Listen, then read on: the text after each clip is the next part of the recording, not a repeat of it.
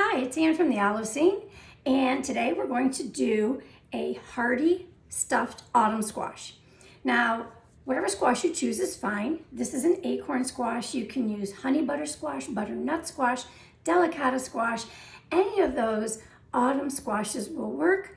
I like this recipe with the acorn squash because acorn squash has a little bit of nuttiness to it that I think lends itself very well to everything we're going to stuff it with.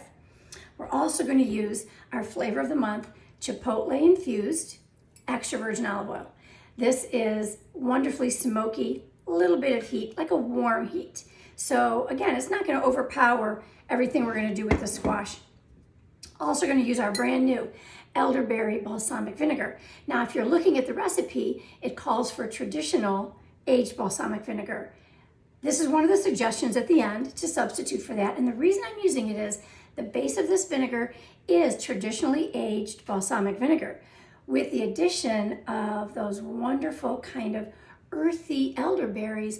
It really brings out the flavor of traditional balsamic vinegar.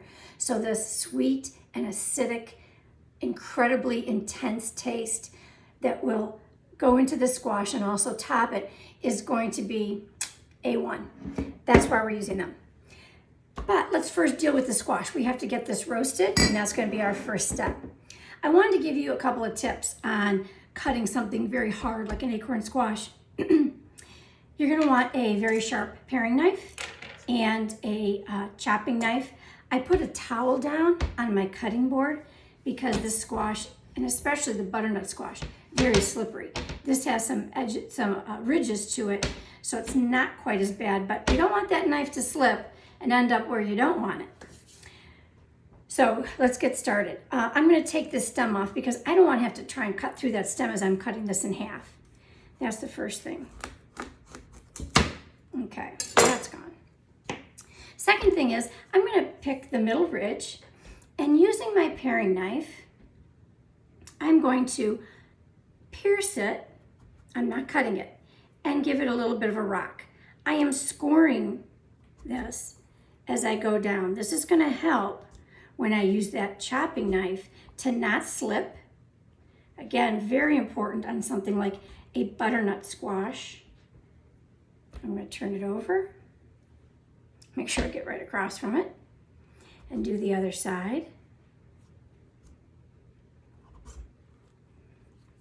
This is a very fresh acorn squash. It's sliding in there pretty good. The skin isn't too hard. Got it from the farmer's market. Most farmer's markets are open.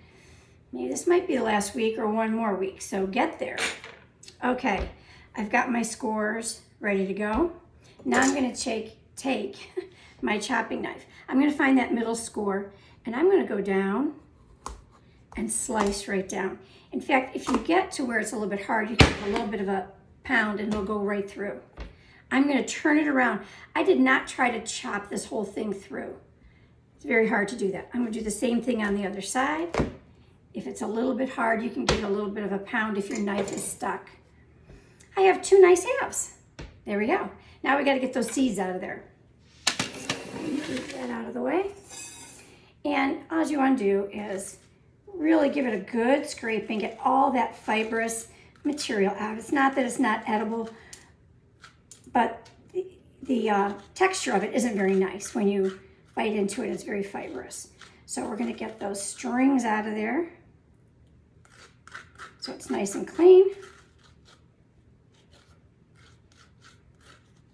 There's one. And here's the second one.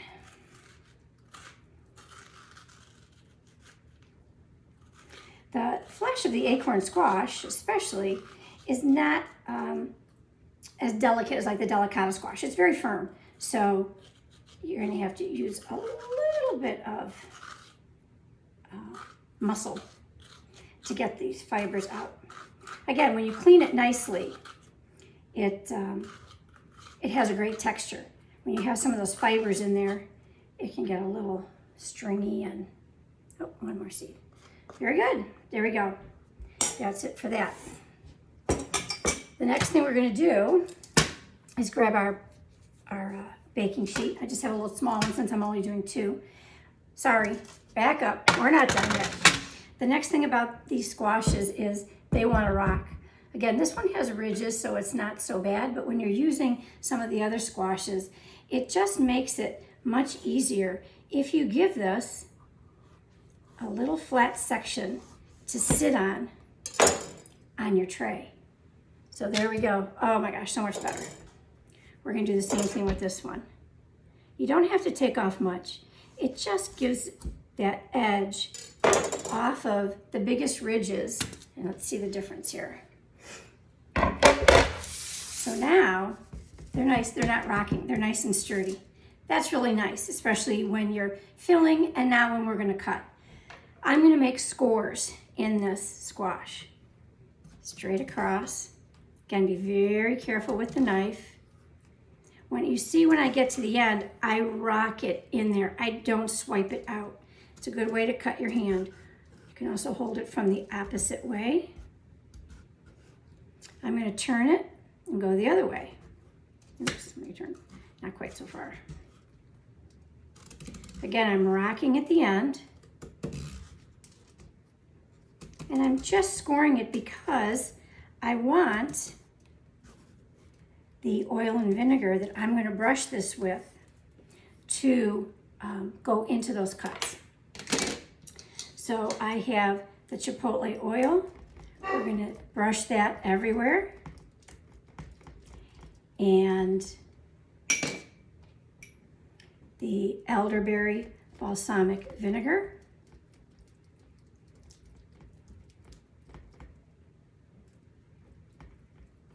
Now, vinegar is a tenderizer, so what is it going to do to this very hard acorn squash? It's going to start the tenderizing process. We're going to let that sit. I'm going to do the other one, and we're going to let that sit for 20 minutes before we move on.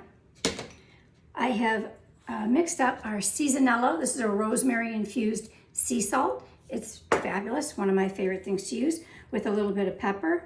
That is going on there as well. Voila. I'm going to let that sit. I'll finish the other one. When it's ready to go in the oven, then I'm going to flip these over and put them in the oven. They're going to be in there for about 20 minutes until they are fork tender. So I'll be back when I'm taking those out of the oven.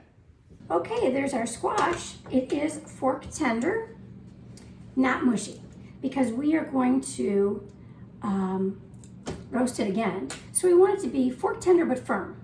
And let's flip them over. Take a look. Wonderfully roasted. These are so good. You could stop there, chop those up and eat them. Absolutely delicious. But we're going to continue on and stuff these. Let me set this aside carefully. Bring my hot pan in carefully. Hate to get burned on a video. A little bit more chipotle oil. I already sauteed up the sausage. So that is ready to go. I removed it. It was not very oily, so I did not need to drain it on paper towels, but you can. But we're going to start the other vegetables. A little bit of chipotle. I have 2 to 3 green onions. We're going to let that go just 1 minute. Let them start to soften.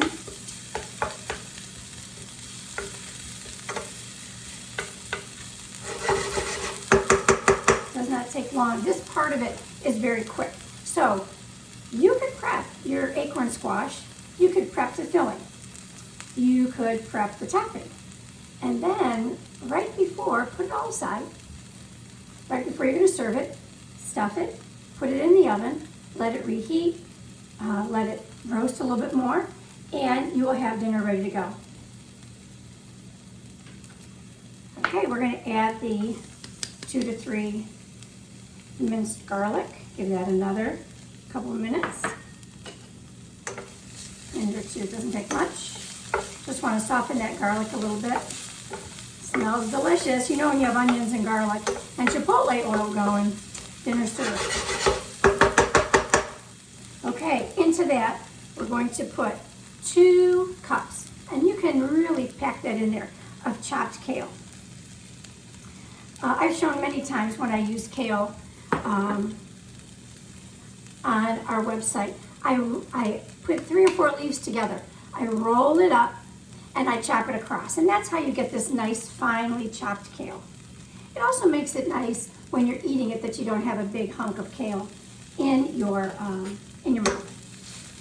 But for our purposes, I wanted it to be small because we're putting it inside the acorn squash, and I didn't want it to be unmanageable. Okay, 3 tablespoons of chicken broth. I'm going to cover that. I'm going to let that simmer for just a moment. And in the meantime, the sausage is going to go in a second. In the meantime, I'm going to mix up our topping, which is this bowl. Got it all right here. Seems like a lot of steps, but it really isn't. I have panko breadcrumbs. That's a half a cup. I'm going to put in 2 tablespoons. I'm sorry, that's 2 tablespoons of panko breadcrumbs. 2 tablespoons of Parmesan cheese. About a 1/4 cup of any kind of little nut you like. These are pine nuts. You can use pepitas, which are pumpkin seeds. You don't need to toast these first because they are going to toast and roast when they go into the oven on top of this acorn squash. And then I'm going to use, any of our nut oils will work because it's fall. I'm going to use our pumpkin seed oil, just a little half a teaspoon there. You do not need much. It is, as I can smell, big flavor. So there's our topping. It's ready to go. Okay, back to our, see how our pan's doing. Looking good. Kale is nicely wilted. Crank that up just a second. I'm going to add the sausage into that. Now, if you're doing this all in one step, and you're not prepping it and then coming back to it, you will have time while your acorn squash is roasting to get everything else done. So when the acorn squash comes out hot, you can fill it and put it back in the oven for the final roast. If you don't have kale, or kale is something you don't care to eat, use spinach, use arugula, use anything nicely green. And that's it. A little bit of salt and pepper. Again, this is the Seasonello sea salt, and I mixed it with a little bit of pepper.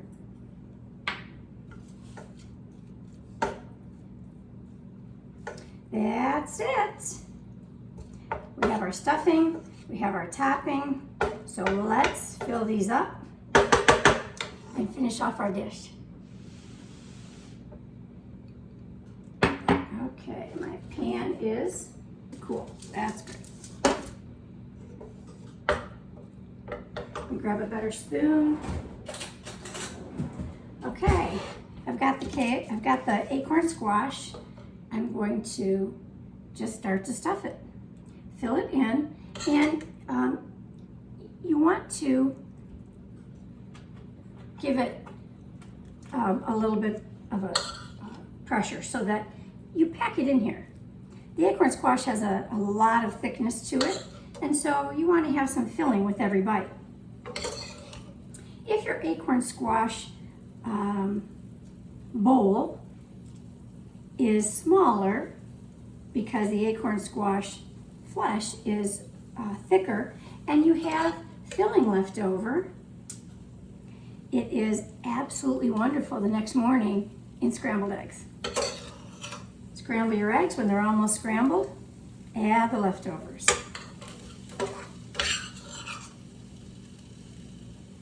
There we go. Got our acorn squash stuffed, and it did take all of my stuffing. A little bit. Hate to pass up on any of that good sausage and garlic. We are garlic lovers in this house. There we go. All set. Move that aside. There it is stuffed. I have the topping ready. Remember, this is the panko, breadcrumbs, Parmesan cheese, and pepitas. That's going to go right on top.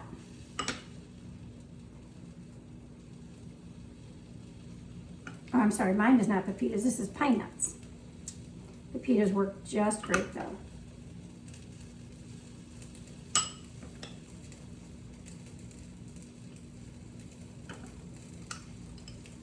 There we are. 1, 2, 3.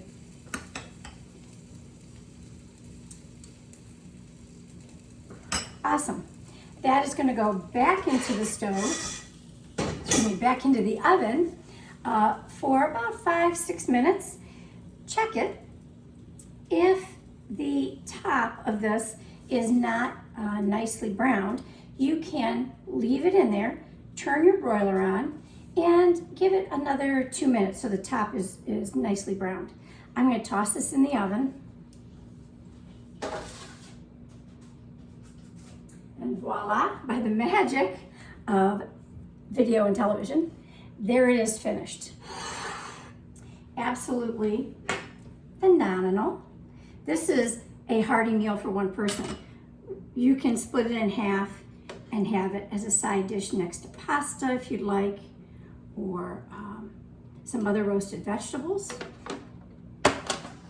To finish this, we're going to take our elderberry dark balsamic vinegar. I've got this wonderful tappy spout. It's a non-drip spout. It also lets me drizzle with a lot of control, which is wonderful. That heat from the chipotle combined with all of the ingredients and the elderberry balsamic vinegar is a wonderful, delicious bite. And that's how we want our cooking to be. This grouping of great ingredients that all come together to make a great dish. So there it is, autumn stuffed squash.